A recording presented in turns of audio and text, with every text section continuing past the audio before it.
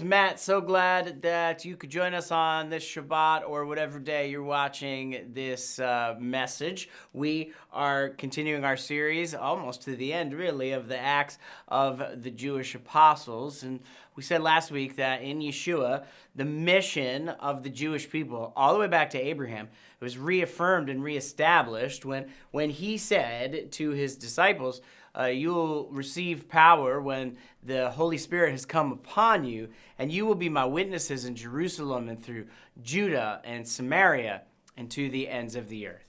Last week we talked about why identity still matters, Jew and Gentile, and the week before it was the image-bearing way of life. And today we're going to talk about, in Acts 22 and Acts 23, power and authority, Jerusalem and Rome.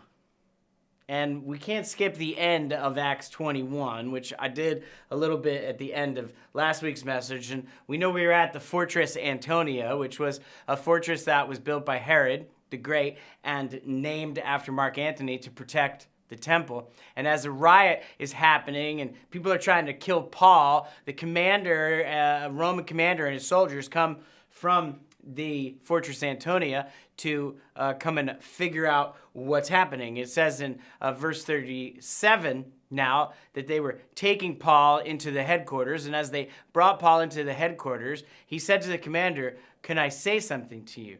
And the commander said, "You know Greek?" Which means, obviously, he said, "Can I say something to you in Greek?" Remember, we're now in Jerusalem again, and everyone is speaking Hebrew and Aramaic, and the Romans speak Greek. And the riot is happening with people yelling all kinds of things in Hebrew and Aramaic, and the Roman soldiers come in to figure out what's happening, and they arrest this guy because the riot seems to have started because of him. And he's led to the Fortress Antonia, and he turns to the commander, and he says, in perfect Greek, "Can I say something to you?" And the response is, "You know Greek." And then the commander says something weird. In verse 38, he says, then you're not the Egyptian who stirred up the rebellion some time ago and led 4,000 men of the assassins out into the desert?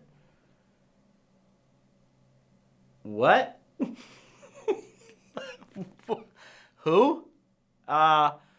It's funny because actually just a few years earlier, in 54 CE, during the reign of Felix as governor, who we'll meet next week in the chapter, in chapter 23, that according to the first century historian Josephus, there was an Egyptian who came to Jerusalem and gathered people at the Mount of Olives, where he promised that at his command, the walls of Jerusalem would fall. And when the walls would fall, he promised they would go in and take over Jerusalem through violence. And Governor Felix in 54, just a few years before, because now we're in 57, came against them, killing 400 of them and taking 200 alive. And Josephus says that the Egyptian himself escaped from the battle, but did not appear anymore. And so the assumption of this Roman commander is that Paul was the second coming of this Egyptian prophet who was trying to take over Jerusalem. But of course, Paul is not an assassin, and he's not leading a violent revolution, and he is leading a social disturbance, just a very different kind of social disturbance than what the Romans were used to. So Paul says to the commander in Greek, after they work out that he's not an Egyptian assassin, that in verse 39, it says, Paul said, "No, I'm a Jewish man from Tarsus in Cilicia, a citizen of no insignificant city, and I beg you, let me speak to my people." And when the commander had given him permission, Paul stood on the steps and motioned to the people with his hands. And when there was a great hush, he spoke to them in Aramaic. Aramaic to Greek, back to Aramaic. Acts 22 and verse 1, Paul says, in Aramaic, to his brothers and fathers, to many that he knows, brothers and fathers, listen to my defense, which I now present to you.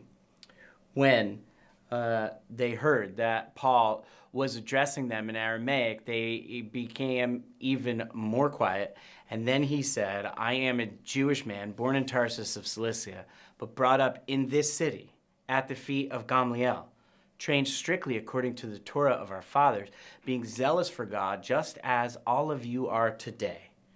I persecuted this way, which is what they refer to themselves as, to death, arresting both men and women and throwing them into prison. And as the high priest and all of the council of elders can testify about me, I received letters from them to brothers, and I went to Damascus to bring back to Jerusalem even those who were in chains to be punished. So as Paul's telling his testimony of what happened, he uses words like brothers and fathers in Aramaic. I'm a Jewish man trained by Gamaliel, which we met in Acts chapter 5 in the beginning of the book of Acts. And he was trained in the Torah. Gamaliel is a famous Pharisee. In fact, he's the great-grandfather of the one who writes down the Talmud. And they were all zealous for God, as Paul was zealous for God. And Paul has to know many of them, and he also knows that they won't listen to him, because he would have not listened either. And he goes on to tell the story of what happened on the road to Damascus when he met Yeshua. And you can, if it's been a while, I encourage you to go back to the non-conversion of Paul and what would Paul do, or two messages we did in this series about Paul's experience on the road to Damascus. And what we know and what we've talked about is Paul didn't reject the Torah, Moses, the God of Israel, or the practice of Judaism. Instead, on the road to Damascus, there was no conversion from one religion to another, especially since the other religion didn't exist yet. But Paul tells his people in Jerusalem that as the Lord appeared to me, I went back to Damascus and I was blind because of the light. And Ananias, a devout man according to the Torah, just like we all are, to literally God sent him to open his eyes. And it was then, Paul says in his testimony in verse 14, then he said, the God of our fathers handpicked you to know his will, to see the righteous one, and to hear an utterance from his mouth. For you will be a witness for him to all people what you have seen and heard. Now this word witness, the Greek word, is where we get the word martyr. And it's the same word that's used to describe that Paul uses in verse 20 in his testimony when he talks about Stephen, who he participated in stoning. That he was a witness, a martyr, put to death. And Paul explains to his people standing outside the temple gates that it was in this temple 24 years earlier, after I had this experience and started preaching about Yeshua, that I came to this temple to pray, and the Lord at this temple commissioned me. And he said to me, go, for I will send you far away to the Gentiles. And up to this statement, Luke writes, they listened to him, and then they raised their voices, away from the earth with this fellow, for he is not fit to live. Well, that escalated quickly. But you remember where this riot started, the accusations in Acts chapter 21, that it was that Paul was teaching against the Torah, against Moses, against God, and against the temple. And he wasn't, but that was the accusation. He was teaching that Gentiles did not have to observe the Torah or become Jews, which conversion, as we've talked about in the series in Acts, is a first century invention still being worked out at this time. But he never said that Jewish people would ever stop keeping the Torah. So Paul, it says in Acts 21 and verse 21, this accusation that really started the whole thing. That the people have been told that you teach Jewish people among Gentiles to forsake Moses, telling them not to circumcise their children or walk according to the customs. And that's why his speech in Aramaic is laced then with brothers and fathers. I'm a Jewish man, and I keep the Torah, and I love the Torah, and I love our fathers, and I love the God of our fathers, and I'm zealous for the Torah, just like all of you. None of that has changed. But Paul went to preach to the Gentiles because God told him to. And they didn't want, and this I think is really important, I don't think they wanted to kill him because he mentioned Gentiles. What they were afraid of is that if Gentiles didn't have to keep the Torah but could turn to God, then did that mean Jewish people could reject the covenants of our fathers? And of course, Paul and Jacob and Peter and all the apostles and Yeshua himself would have said, of course not. Because all of the Judaisms in the first century were trying to figure out what to do with Gentiles. And what happened next, no one was prepared for. Of course, except for Paul. See, Paul challenges both the leaders of Israel in Jerusalem and the leaders of Rome. Basically, he challenges the whole world. Both of the worlds that Paul is a part. He's a Torah scholar, trained in the Torah by one of the greatest Pharisaic minds in history. He knows the Torah better than most around him. And he's also a Roman citizen, and he knows Roman law, often, as we've seen through the book of Acts, better than other Romans. So as a Roman citizen with a considerable knowledge of Roman law, and as a Torah scholar with considerable knowledge of the Torah, he corrects all of the powers and authorities in how they're trying to deal with him. And here is how Paul deals with the authorities, both Roman and Jewish. He doesn't break any of the laws. He just points out where they're breaking their own laws. At first, he challenges the Roman authorities. And the Roman authorities, it says in Acts 22 and verse 23, as they were crying out and flinging off their cloaks, they were throwing dust in the air. And the commander ordered Paul to be brought into the headquarters. And he said Paul should be examined by lashing so that he might be found out why they were shouting against him. But when they stretched him out into the straps so they could whip him, Paul said to the centurion standing there, excuse me, sir, is it legal for you to scourge a man who's a Roman citizen without due process? Of course that's not legal. Duh. And it says when they found out that Paul was a Roman citizen, because he's like, well, you're trying to hit me and there hasn't been a trial and I'm a Roman citizen. It says in verse 29 that those who were about to interrogate him instantly drew back from him. And the commander was afraid when he found out that Paul was a Roman and that he had bound him. And the commander was afraid because, well, he could be punished or killed for not following due process with a Roman citizen. You can't just arrest somebody and beat them up. Sounds familiar in our culture. There's a process. So the Roman commander thinks to himself, well, maybe I should see what he was being accused of. It's good thought. It's probably a wise commander. Verse 30, on the next day, desiring to know exactly why Paul had been accused by the Judeans, he released him and commanded the ruling priests and the Sanhedrin to meet together, and he brought Paul and set him before them. Interesting that a Roman caused the Sanhedrin to come to him. And it's in part because the Romans allowed Judaism in Jerusalem to have its own courts and punish people according to the laws of the Torah. The exception being they weren't allowed to put someone to death. They needed permission from Rome to do that. But there were still internal rules based on the Torah on how you proceed with accusing someone and trial and witness and punishment. It's similar to the trial of Yeshua, which was not a legitimate trial according to the Torah, as explained in the Gospels. So Luke is showing just how closely Paul followed in Yeshua's example and story again. So he challenges Rome and the authorities of Rome. But second, Paul also challenges the Jerusalem authorities, now back in Aramaic. Acts 23 and verse 1. It says, Paul, looking intently at the Sanhedrin, said, brothers, I have lived my life in all good conscience for God up to this day.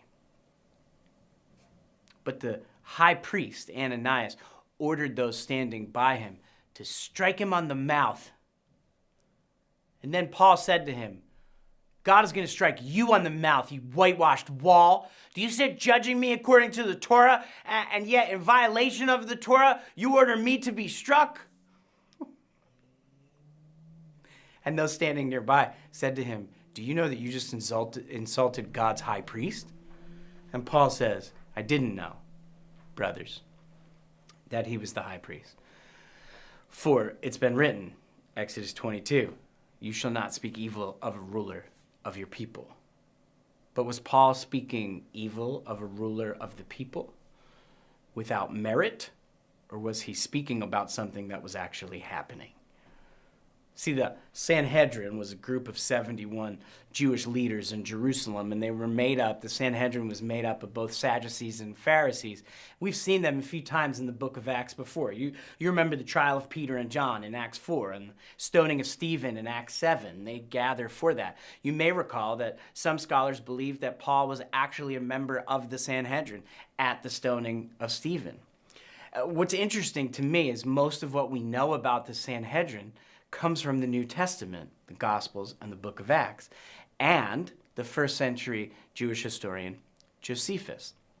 And what Josephus says about the high priest Ananias is quite interesting, because he was a high priest for somewhere between 10 and 12 years, which would have been at the end of his kind of time as high priest in now the year 57. And what's interesting is the specific thing that Josephus says about this high priest, Ananias. He says that he was identified as the son of Nebius and that he was appointed high priest by Herod. Well, that's not good.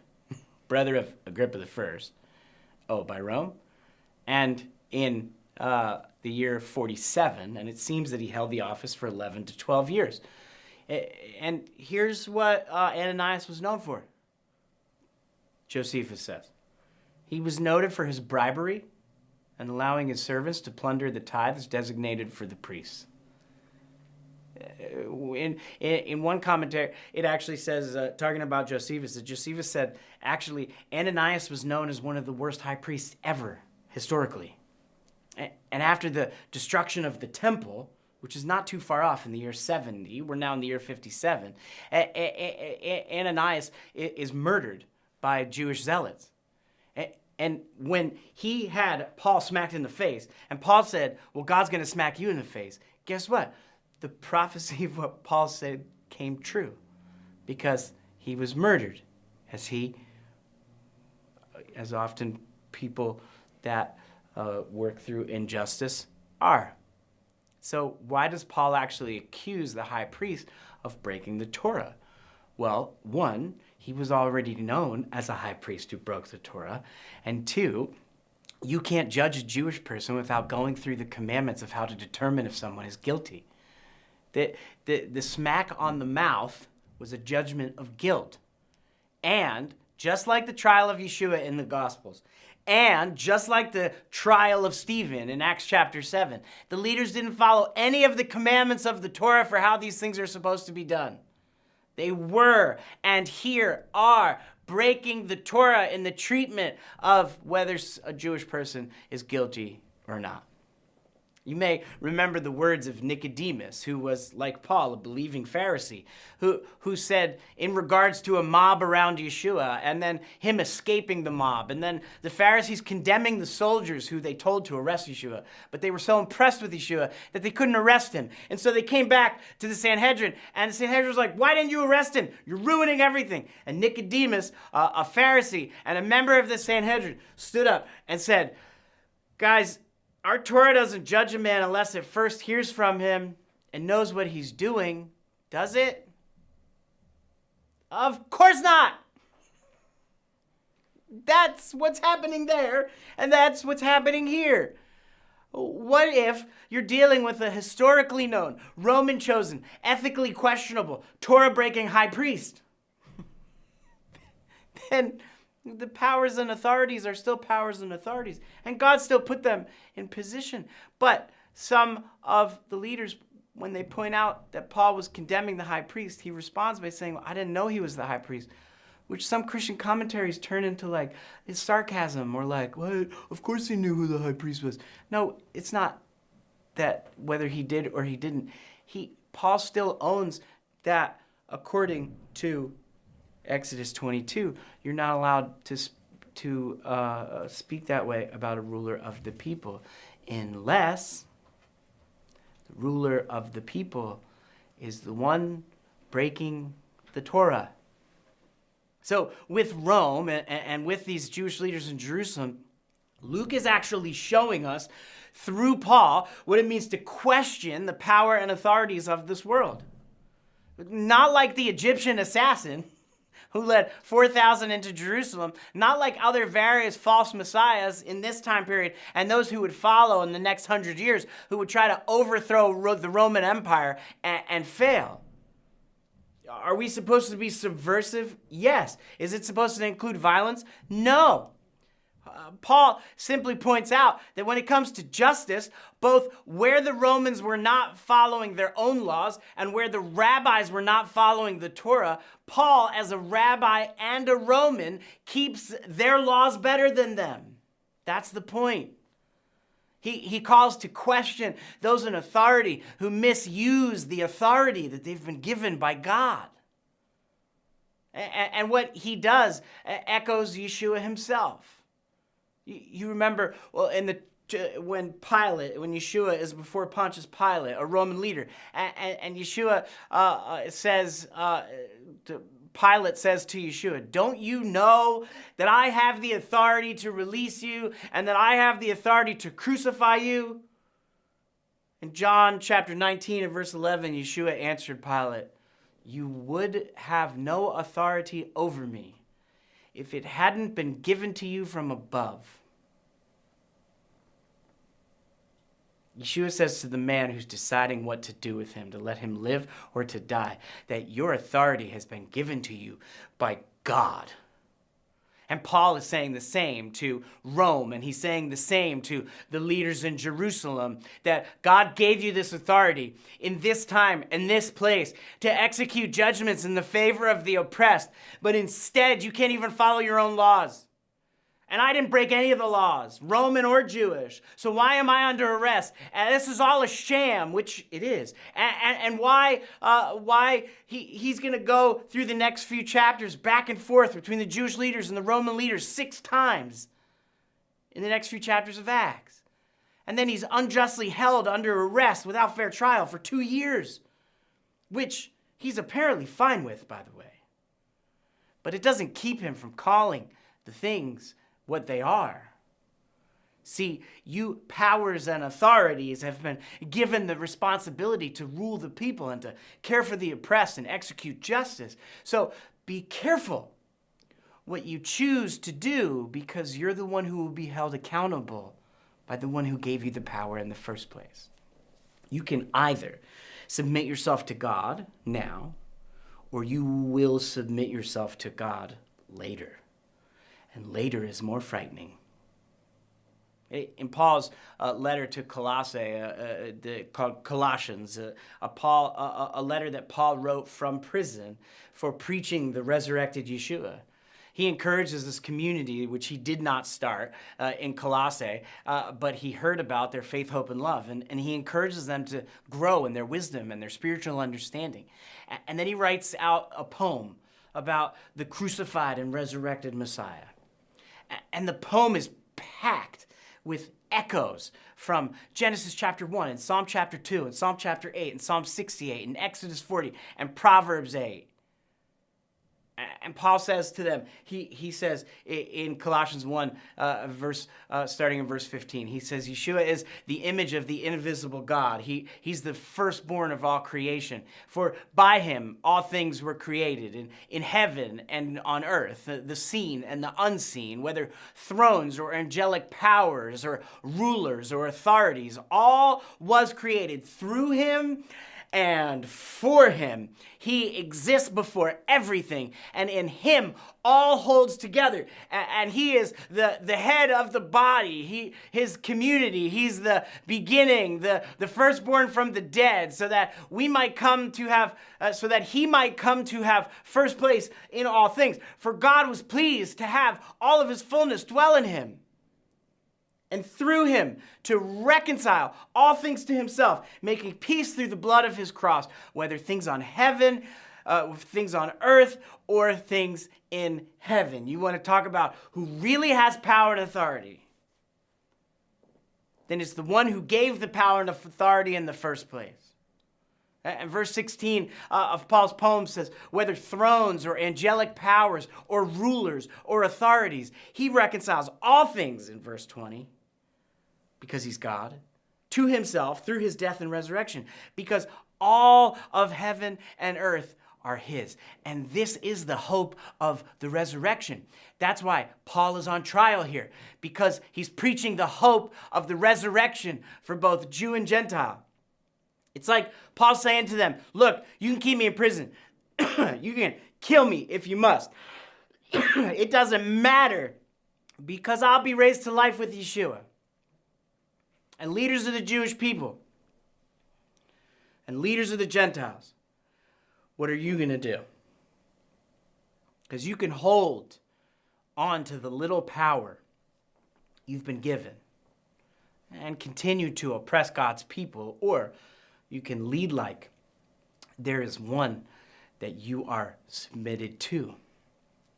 Bigger than the rabbis, bigger than Rome, even bigger than Caesar himself, because all power has been given. So submit yourself to the one who has all of the power, Yeshua, the Messiah.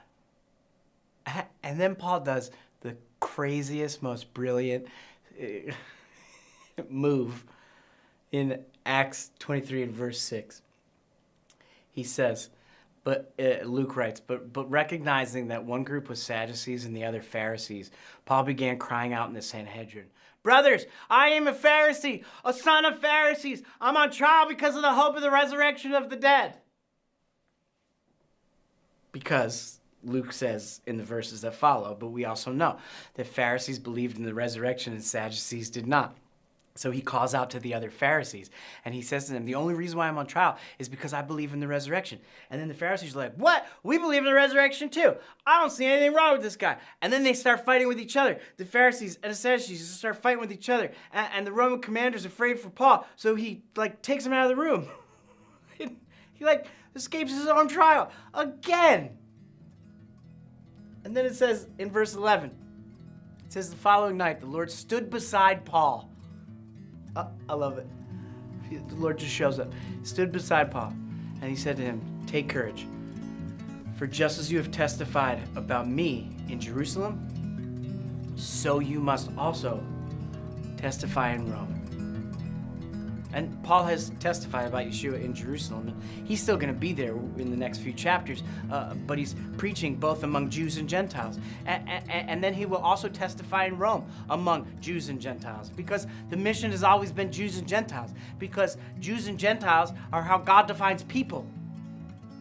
And the mission is to tell the good news.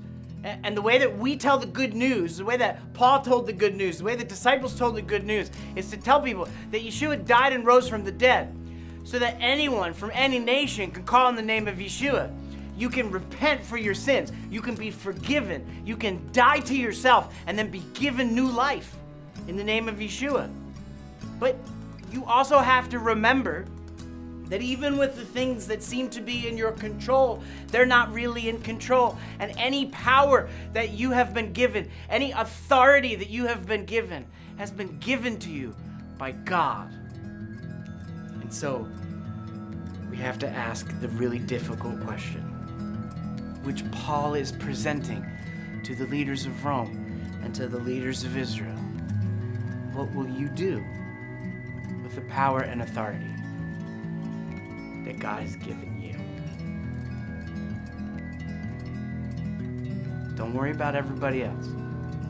Don't worry about all the other people and the misuse of power and authority that's happening all around you. The question is, what will you do with the power and authority that God has given you? We're not done with chapter 23. We're going to get into what happens next in Paul as he approaches Rome, and I hope you don't miss the next message in this series. And as we process and we pray, and I pray for myself as I was writing this message, and what do I do? The power and authority God has given me. What will you do with the power and authority Love you guys.